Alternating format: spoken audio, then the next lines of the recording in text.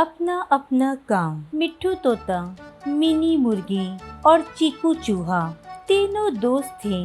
तीनों एक ही घर में रहते थे। मिट्ठू तोता जंगल से फल और नदी से पानी लाता था। मिनी मुर्गी घर का सारा काम करती थी और खाना बनाती थी। चीकू चूहा बगीचे की देखभाल करता था। तीनों अपना अपना काम बहुत मेहनत से करते थे और प्यार से रहते थे। पास ही एक पेड़ पर किल्लू कौवा रहता था। उसका कोई दोस्त नहीं था।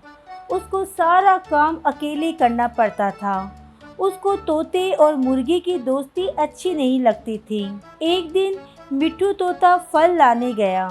रास्ते में किल्लू कौवा मिला। किल्लू कौवा बोला, अरे मिट्ठू भैया, तुम बहुत सीधे हो। मुर्गी और चूहा तो सारा दिन घर में रहते हैं और कुछ भी काम नहीं करते और तुमसे नौकर की तरह काम करवाते हैं। मुझे तो बहुत दुख होता है, बेचारा मिट्ठू। ऐसा कहकर किल्लू कौवा उड़ जाता है। मिट्ठू सोचने लगता है, शायद ये ठीक कहता है। मैं क्यों काम करूं? मैं क्या नौकर हूं? शायद ये ठीक ही कहता है। मैं क्यों काम करूं? मैं क्या कोई नौकर हूं? ऐसा सोचकर मिट्ठू घर गया। उसने मिनी से कहा, मैं कोई काम नहीं करूंगा। मैं क्या तुम्हारा नौकर हूँ? तुम तो आराम से घर में बैठी रहती हो और मुझसे काम कराती हो। मिनी बोली, अच्छा तुम ऐसा सोचती हो तो कल से तुम घर का काम करो और मैं पानी लाऊंगी। अगले दिन मिनी पानी लेने गई। चीकू बगीचे से सब्जी लाने गया।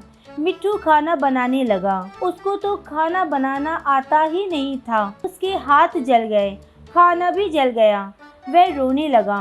मिनी और चीकू घर आए। उन्होंने ये देखा कि खाना नहीं बना है और मिट्ठू रो रहा है। मिट्ठू ने कहा, मैं खाना बना नहीं सकता। देखो मेरे हाथ भी जल गए हैं। चीकू उसके लिए दवाई ले आया।